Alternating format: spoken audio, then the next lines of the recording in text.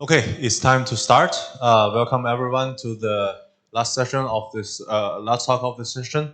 Our speaker will be Professor Penghui Li from YMSC, Tsinghua University, and he will tell us about the cocenter of universal affine Hecke category and the Langlands duality. Let's welcome. I want to start with thanks for the ICPS organization and thanks for the selection committee for considering our paper for the award. So this is a joint work with David Nader and Zhu Yun.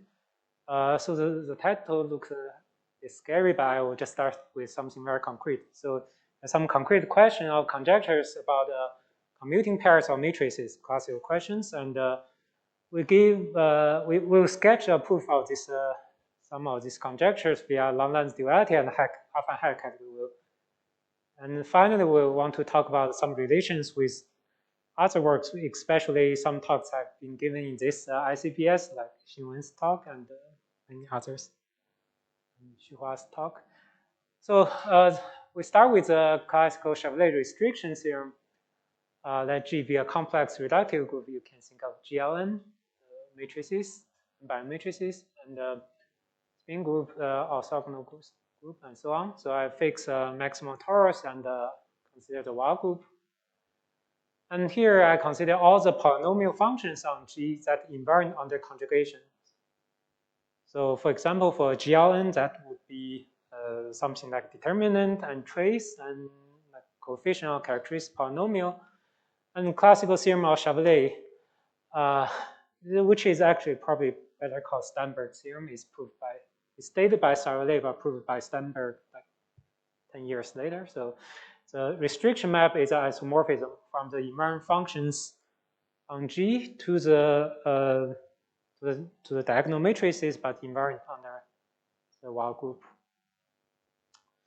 So you may ask, what's the two-variable analog of this?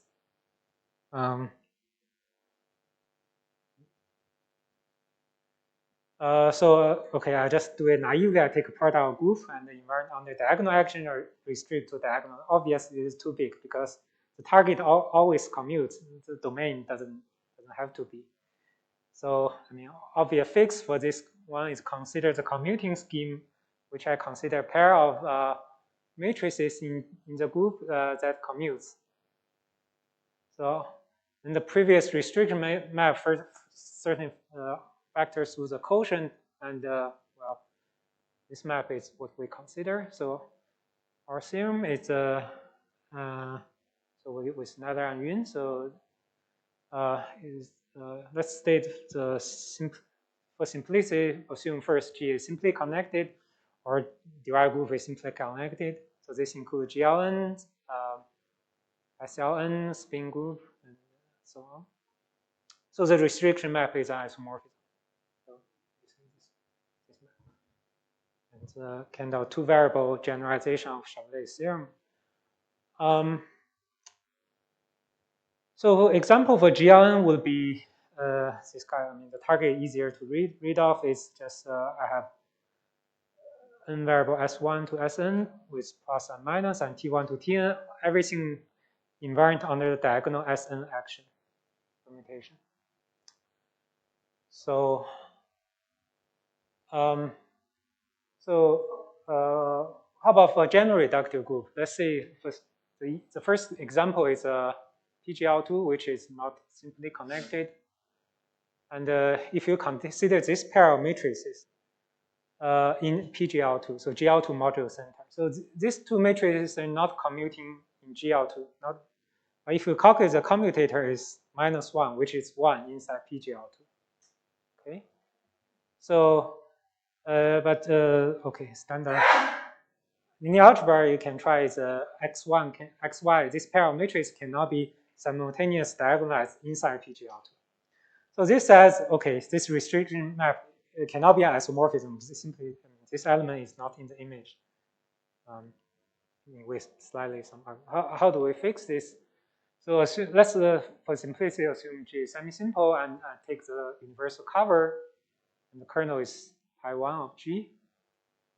And take a pair of commuting matrices and lift it up to the simply connect cover, take arbitrary lift, and consider the commutator in the cover, which if you send it down will map into 1, so which means the commutator will be pi1 of inside pi1 of G.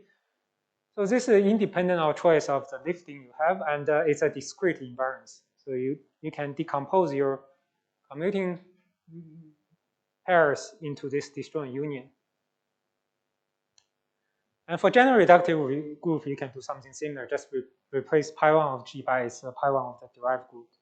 So for example, GL1, anyway, so you can do this. So, and then the regular functions also break up into a direct sum according to pi1 of the derived group. And then I'm going to tell what each of these looks like. So for each C in the pi1 of G, so you can ignore the derived. So if G is semi-simple, so Friedman-Morgan studied this situation, assigned a Levy group, denoted by this LC of G. Everything up to conjugancy is the smallest Levy that contains this pair. So let's T be the binarization of LC, so this, which means LC modulo is a commutator. Modulo is adjoint group. So and take the WC is a relative walk group of this pair of LC. So then so you can upgrade this to general reductive group as a direct sum like this. So basically everything similar. Just a sanity check, if in the previous case PGL2 there are no this, if I take the other component, which is the matrix I gave, so this LC will just be the whole group G, and the quotient TC will be trivial, so the other component will just be a point. So in this direct sum and decomposition, we'll see a big block and plus a function on point, which is C.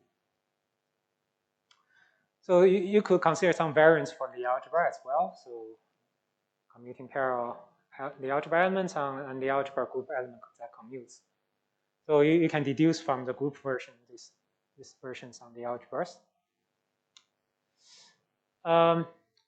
So we prove this via a derived version. So this scheme, the commuting scheme, has a natural derived structure. So by imposing this equation in the derived sense, so when you impose the equation, essentially you perform a tensor product. You just replace by derived tensor product. And let's write the DG, so means the derived functions, which just you do everything derivedly. So algebra derived functions on this commuting stack.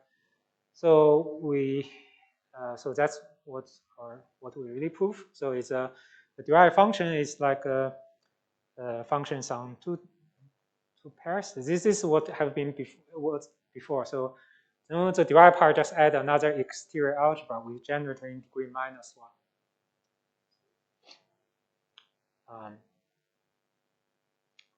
So when G is simply connected, this derived version is conjectured by Ramadan's union. Some historical remarks. So this commuting scheme has a long history.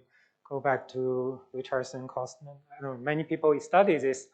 For the underived version, all of them are known up to nilpotent elements. So this by Joseph, by Smear-Katz, and Friedman Morgan.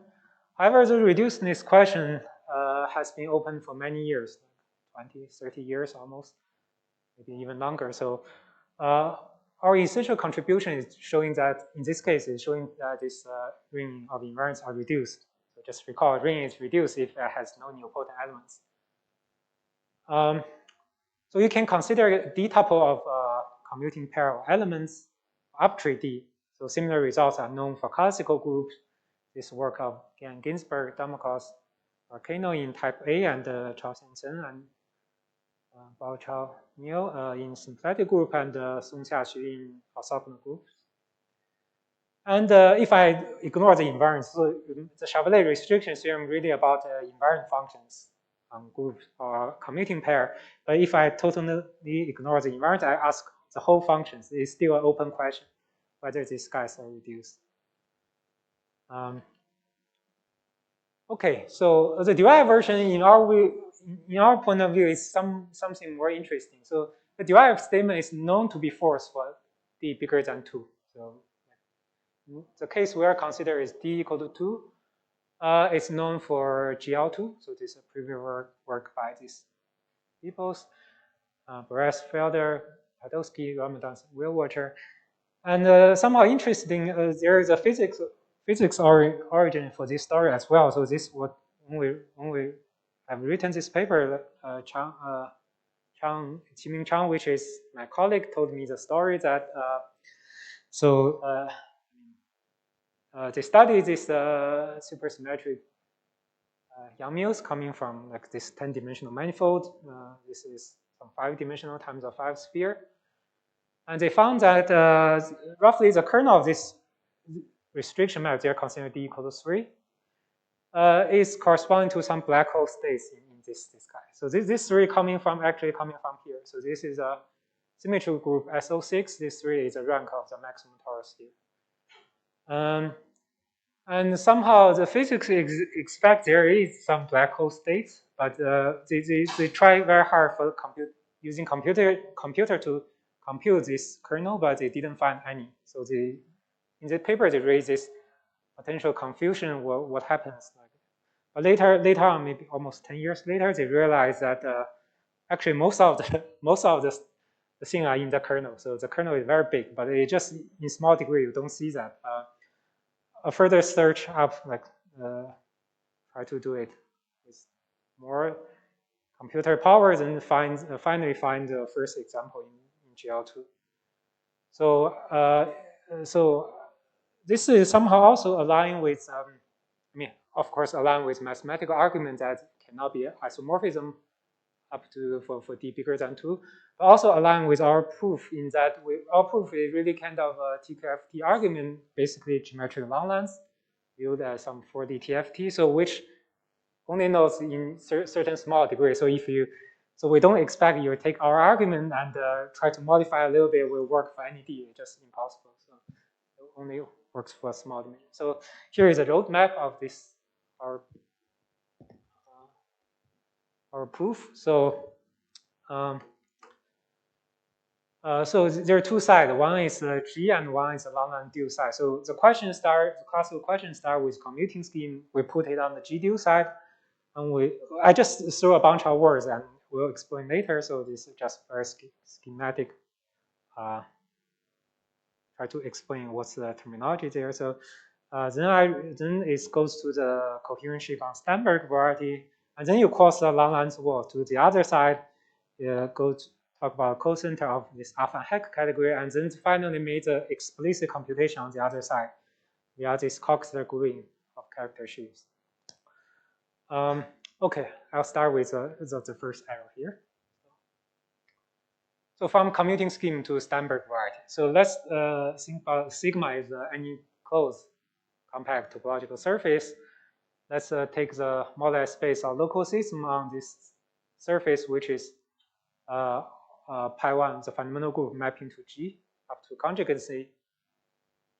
Also called the character variety or character stack. So the main example we're using in this case is just two torus, so S1 times S1. So then the moduli stack is just a pair of this pi1 is Z times Z plus Z, and you have mapping to the group G. So given by two generators, it commutes because Z square is a commutative group. And then everything up to quotient by conjugacy. So exactly what we find is a commuting scheme quotient out by the electron action. And we denote this by the curly Z by the commuting stack, just the quotient stack.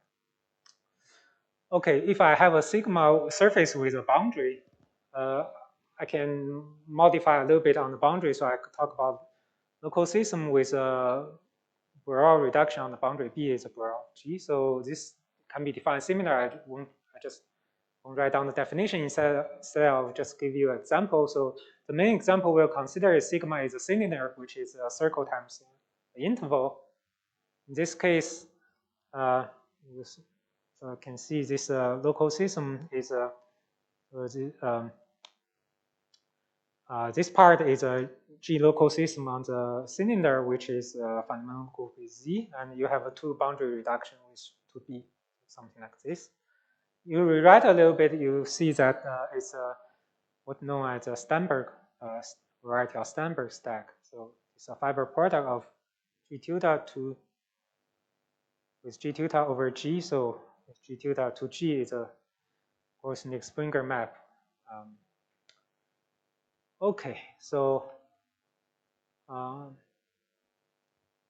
so that's some sort of important object we study a lot in geometric representation theory. Now I want to apply this. These are the spaces I want to apply to sheaves. So now this, for those the spaces I define, whether sigma is closed or not, I let B sigma be the category of coherent sheaf on the model stack I defined before.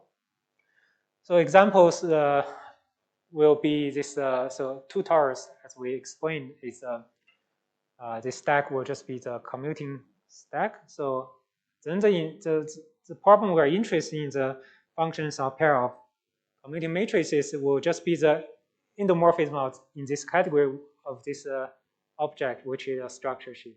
So just translate the problem into this categorical language. Then you can carry this to the other side. So this is a translation. Maybe I should draw some pictures. So this is cylinder.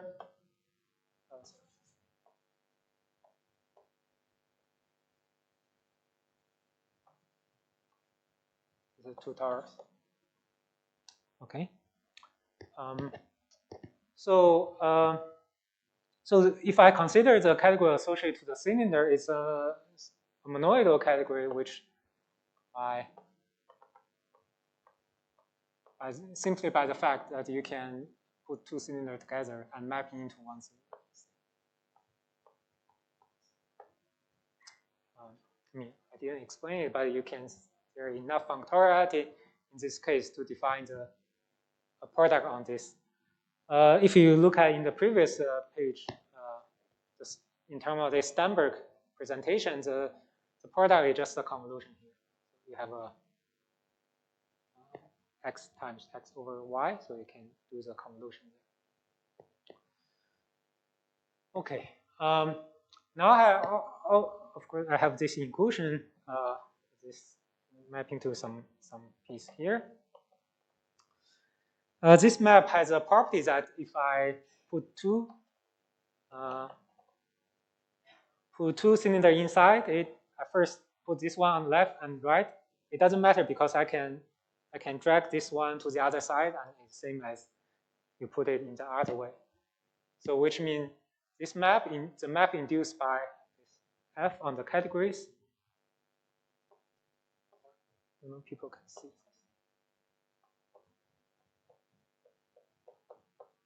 So it's a trace. So trace meaning that okay, just as we said, I take product A, B, and apply F, and then take product in the other order is the same. Bentley-Naller Prigo has shown that this F is actually a universal trace. So everything like trace to another space factor through this ET square. So i.e. this guy is something called Cocenter, a Hecke categorical Hecke homology, so on. So this more formally is written like this. Okay, so I think I explained the first arrow here. Hopefully give you some idea. Now I want to explain the bottom arrow. So I need to go across the Langlands wall to the other side. So just to briefly review the Langlands duality. For any reductive group, you can define Langlands dual group such that you do twice, you get back the original group. So some examples as listed here. So GLN go to GLN, SLN go to BGLN, and similar below. And it switched the simply connected group to the adjoint group. Also, if the derived group is simply connected corresponding to the center is connected to the other side. So let's see what happens if I apply the Langlands duality to this picture, right? Actually to this picture. What we get is, let's consider the loop group of G. So maybe I'm quite fast. So I take the Iwahara subgroup in the loop group, which I probably won't give a definition. It's kind of analog of Borel subgroup in the finite dimensional case. And take the pro-unipotent radical. So this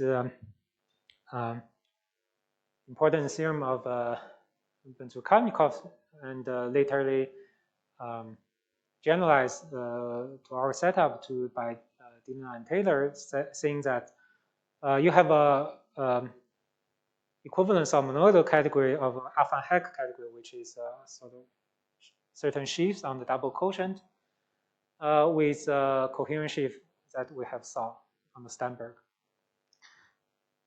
So just aside, so when we write a paper, so this extension is important for us because original the theorem stated for the Neopolan cone or formal completion of Neopolan cone. We need this generalization as when the paper is written is not yet to that generalization, but it's well expected. So we put at ansatz, we condition on that, then our theorem is true. But now this proof actually carry out the proof. So so it's not the theorem I told you before is unconditional. Okay. So now if I take this equivalence, I take the cocenter on both sides. So those are all monodal categories. I just perform the cocenter, so I use this notation HH to denote the cocenter. Then I have this equal to that, and just explained by this Benzianader Pregos gluing theorem, I get a B category on the torus. So this one is really what we want to understand about commuting stack. So now we translate the problem to here. So any question before I go on? Slow down a little bit. Okay, so hopefully I explained this bottom arrow. So now we're on this side. Actually, that's in some sense where our paper starts. But anyway, so I later thing I probably won't explain too much. But so on this side, on the automorphic side, on the G side, on the right hand side, so this people call it automorphic side. The gluing is much more complicated. That's sort of due to the analytic nature in this side, in some sense, holomorphic analytic nature. And the other side is kind of purely topological, which only depend on topology of the curve. So we want to describe this Cocenter gluing for the affine Hecke category. Let's take a step back to the affine group. So starting from some more basic. There are two ways to define the affine group. So as we know. So the lattice description. So we know the affine group is a semi-direct product of the final group with a lattice covariant. And there is also this Cocenter description. Let me maybe draw a picture.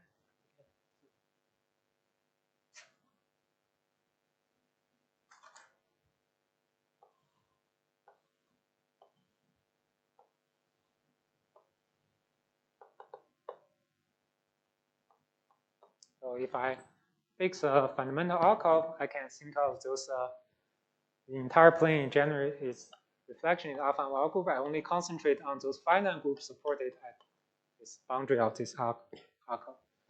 So the stabilizer of these walls and vertices are just all finite groups. So, but it suffices to generate the whole affine group. That's the affine group is a Cocenter group. So more conceptually, you can write as follows. So the affine group is glued from those finite groups by this co-limit. The co-limit is ranging over all proper subset of, well, I mean, all the faces of this outcome, which you can identify with all proper subset of simple reflections. So in this case, which is SL3, you have seven faces, including the middle one. So you can write the affine Weyl group as a colimit of 7 groups, 7 finite groups. Okay, so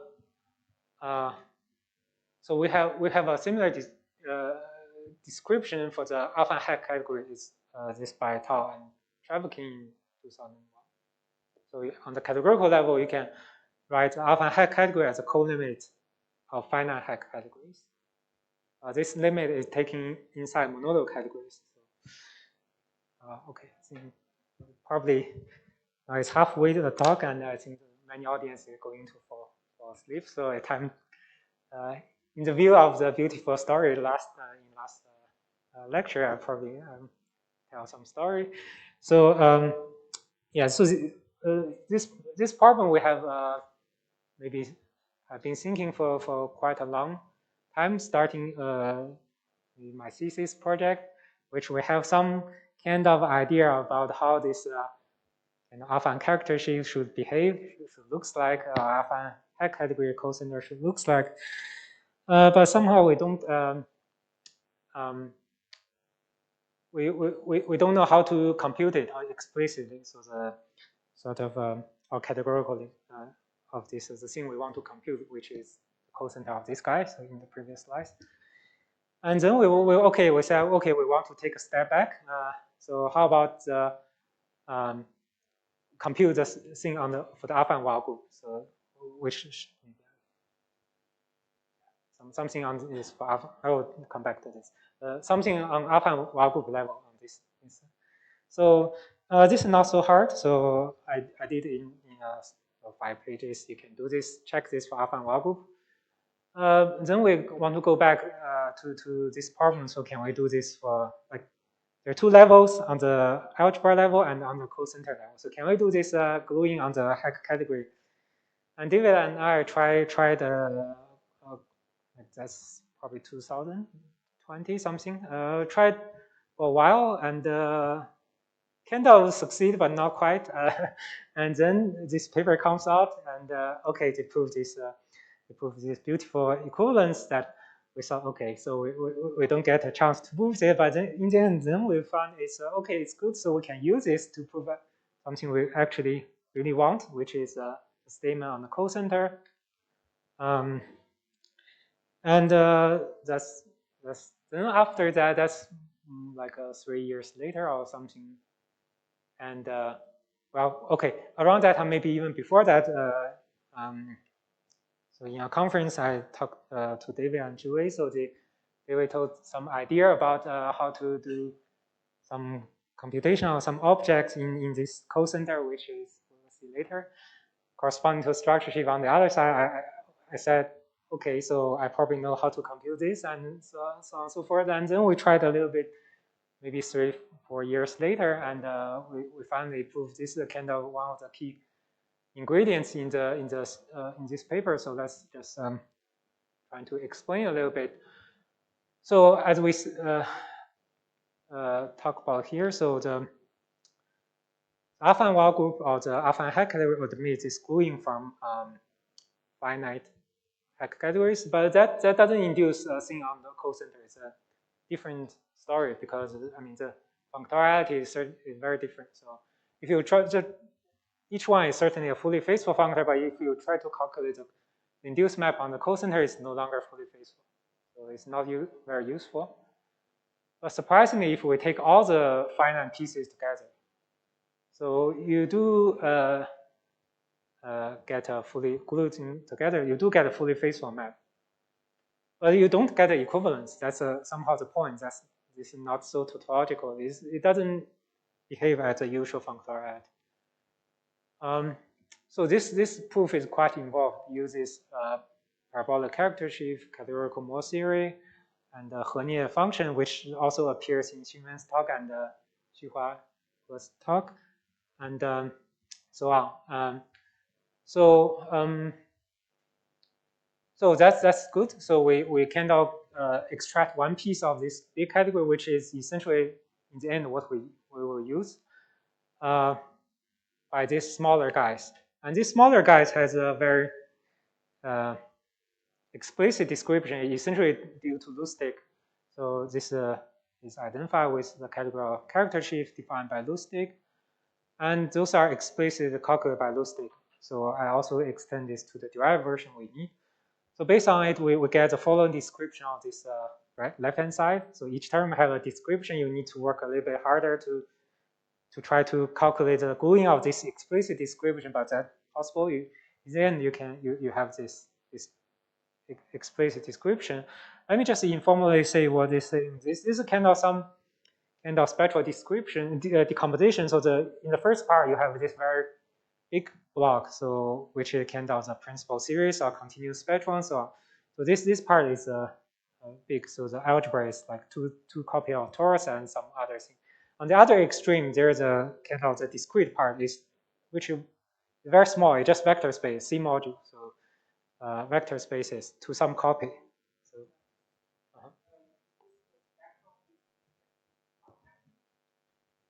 there is no action yet. So, but just you can think that way. So this so character sheaf supposed to be analog to characters of say the group or over FP or QP or something, whatever. So there you see similar story. There's a continuous spectrum. There's a discrete spectrum. Some sort of Hecke, but anyway, not actually in this case. Yeah, so this number will come back to this later. But so anyhow, we have an explicit description of this, so we can wrap up the argument. We have some functors.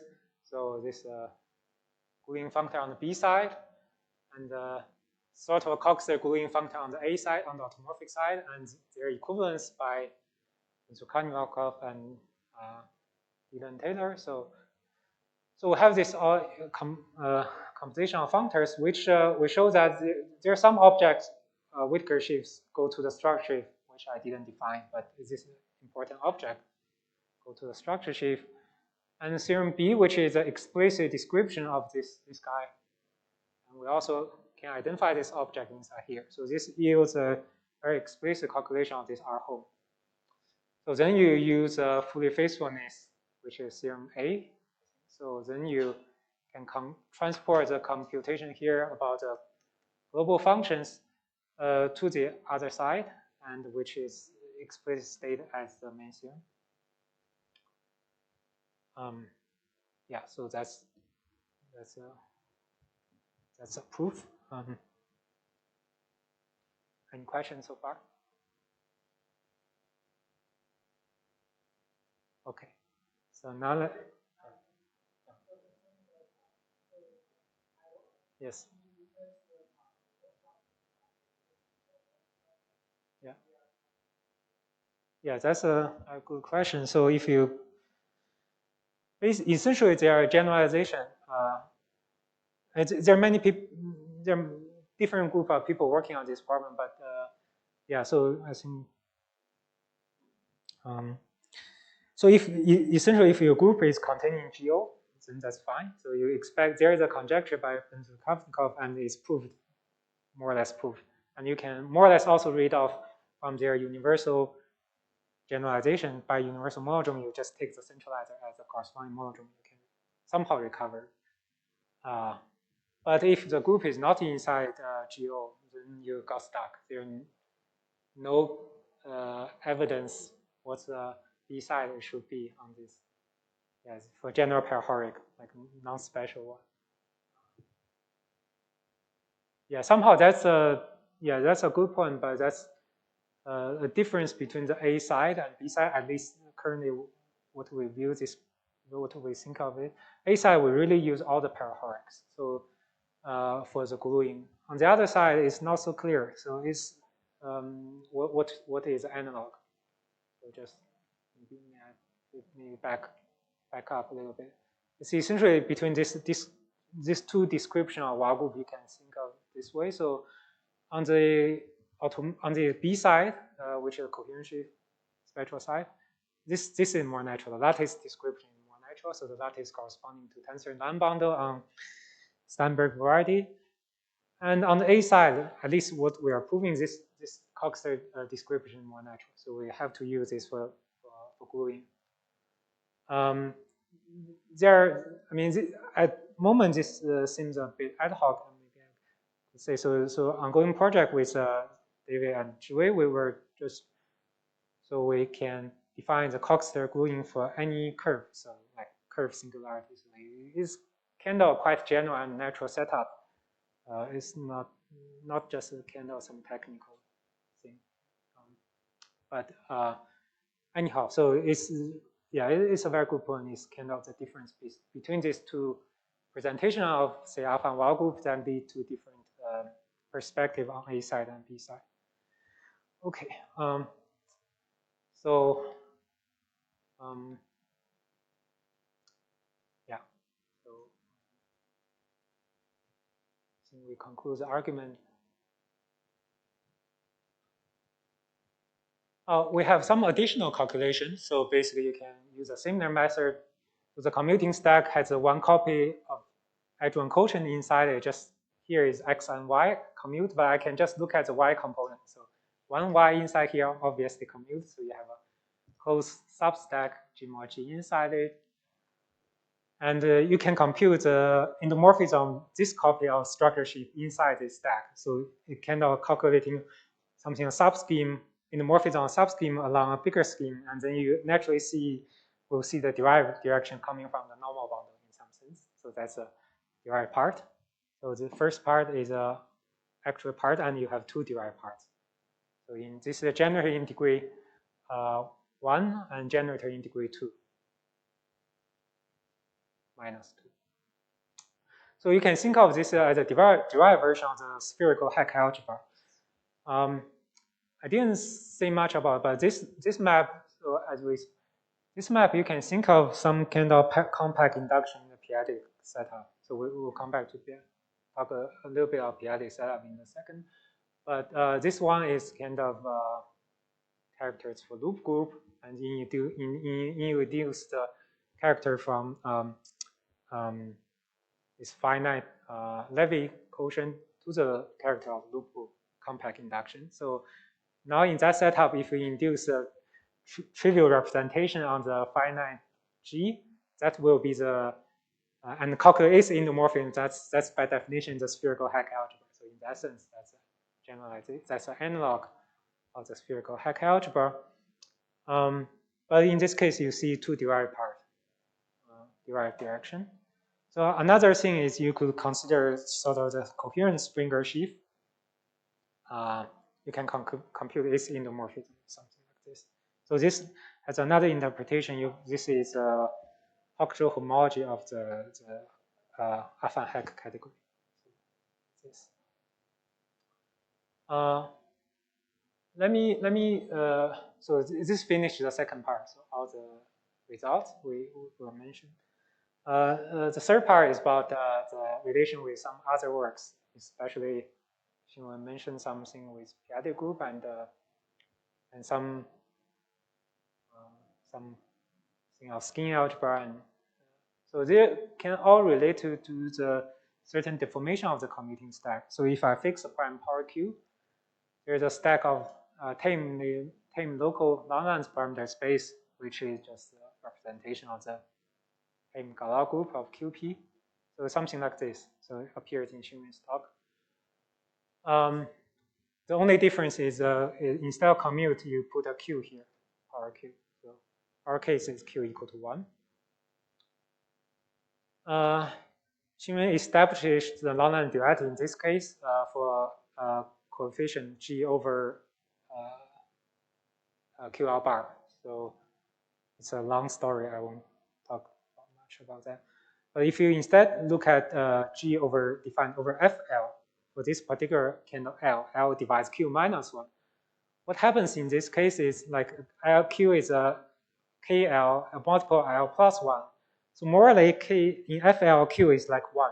So you kind of very close to our situation is Q equal to 1. Then you can ask what's a similar thing in this setup. So you can compute the morphism of this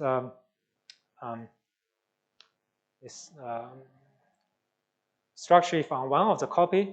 And if you translate to the automorphic side, that's exactly the spherical Hecke algebra in this setup, FL coefficient. And this has been calculated by Venkatesh. Indeed, you see the derived part, like in our case. So you see one copy of the T here. So this compared to the previous page, the derived Hecke algebra.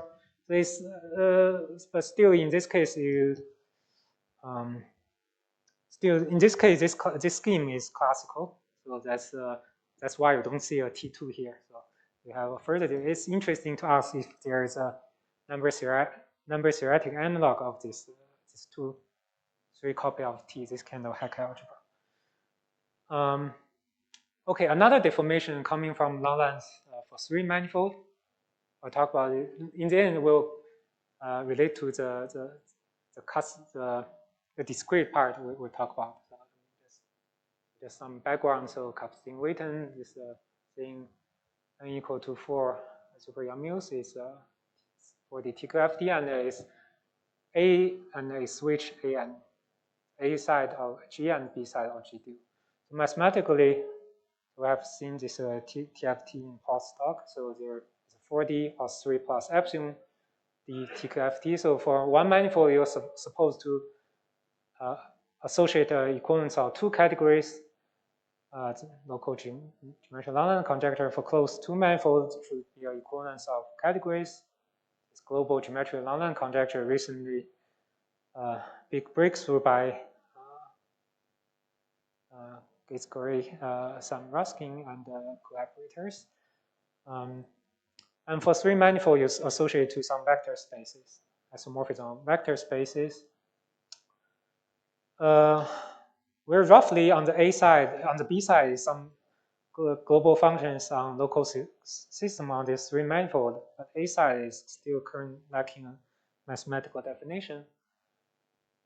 But a deformed version works. So at least there is an expectation, it's a conjecture. So there is a deformed version for this. So if you let Q to be generic, and you can deform the B side.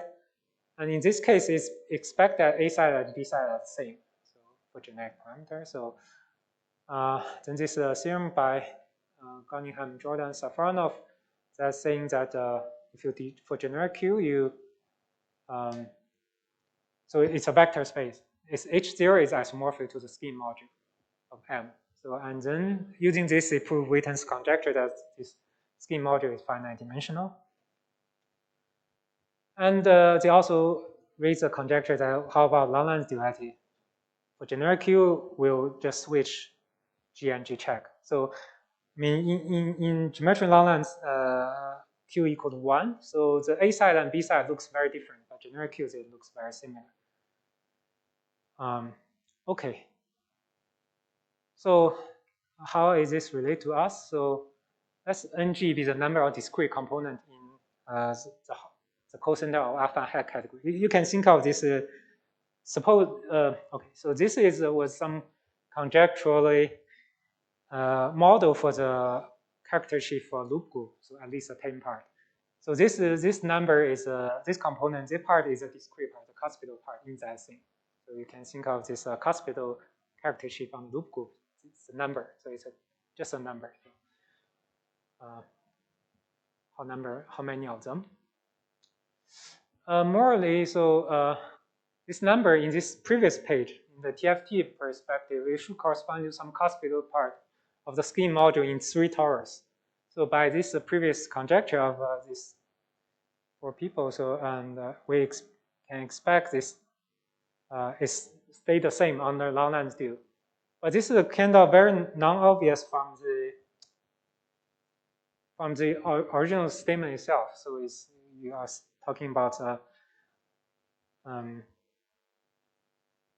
some relation between the representation of QP and representation of G check QP. So their cuspidal representation are the same. Not, but in this case, there are some predict some expectations. So we can check this for first maybe non-trivial case. So it's actually very interesting. So let's take n be a positive integer. The case I'm checking is the duality between B and C. So this is a spin group. This is the orthogonal group. And I put a 0, 0 here. Okay, I didn't explain, but you can break up this number according to the character of the center of G and G check. You break up into two components. So this is a neutral unipotent part. So this number is the same. It's a number of ways you can write n as a sum of 4 triangular numbers. So these are the triangular numbers: a plus a times a plus 1 over 2. And so for the orthogonal group, it's kind of similar expression, except that it's a square number. So you ask how many ways you can write this number. 2n plus 1 is 4 sum of 4 square numbers subject to this condition. So these two numbers are quite explicit. At least by computer, you can put in and run the program and calculate it. And you can tell, like, I guess, elementary school students to compute this.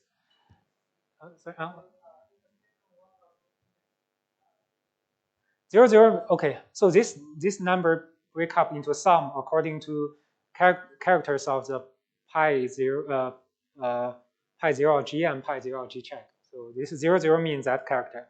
So the conjecture is it flip this one. But if I just take 0, 0, 0, 0 means trivial character, 1, 1 probably better notation. So if I it will flip this too, but now 0, 0 is it's stable under this flip. It's the biggest one in some sense, but this is the most important block. So, and then you can do this. We thought this probably is easier, but we can't do it for a while because we are not expert in this field. And then what we do is we run a computer program. We see it the same for the first 100 numbers. And then my collaborator Dragos found a proof using elliptic functions. So I'm not certainly good at this. So this number is it's a kind of sum of 4 squares classically related to the Jacobi zeta functions. So indeed, you can prove this. So let me just write this in very down to earth language. So I look at the case for n equal to 4. I compute the spin 12. I want to write 6 as sum of 4 triangle numbers. So 3 is a triangle number, 1 is a triangle number. We have 6 expressions of the form and 4 expressions, so on. So we can total 14 such expressions. On the other side, we want to write 13 as a square sum of odd integer numbers. Anyway, so you can do this, and in the end, you get 14 such expressions. And here is okay, we check that in this case, and here is a table for n less than 20. So that's it. Yeah, I think that's what I want to discuss. Thank you. Thank you, Penghui, for the very interesting talk. Are there any questions?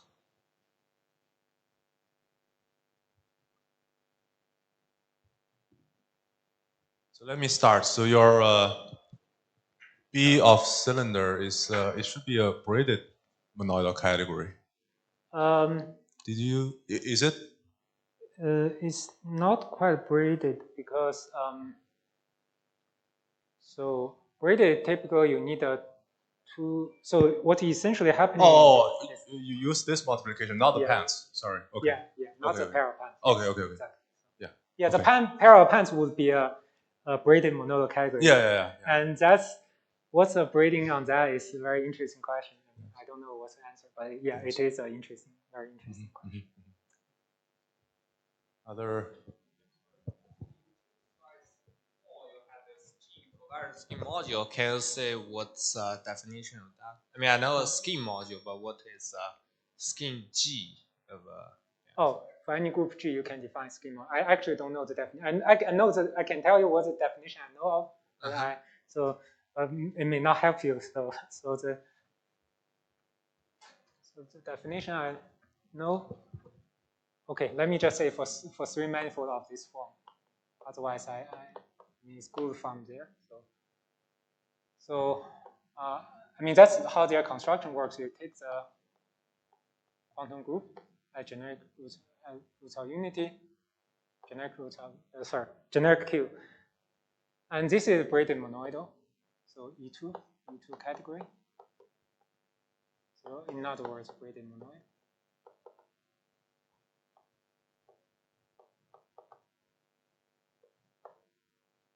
So for such category, I can do this thing. I can take a so-called factorization homology.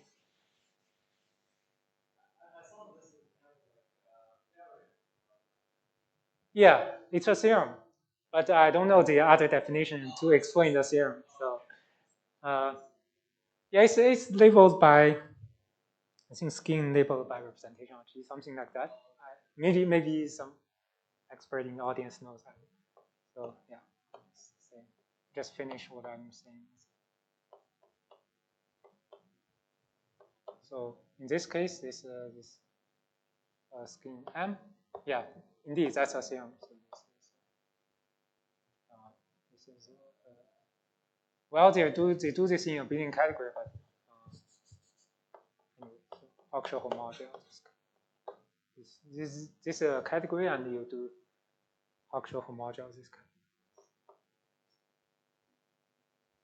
And in general, it's good from those canals. Other questions? For three manifold, you can consider the derived scale module on the one hand, and on the other hand, you can look at the whole, I don't know what that is called, P model or what. Yeah. And is it fact that the two coincide? Yeah, of course you can make the conjecture, but there are not so many evidence. No, so, I mean, okay. Yeah, so this conjecture, this one, let's see. Yeah. So this one, indeed, they have some evidence, which is quite non-trivial for even in type A, quite non-trivial. And our calculation cannot not directly related, but cannot serve as a philosophical evidence maybe. So this is also quite non-trivial. So that's this one.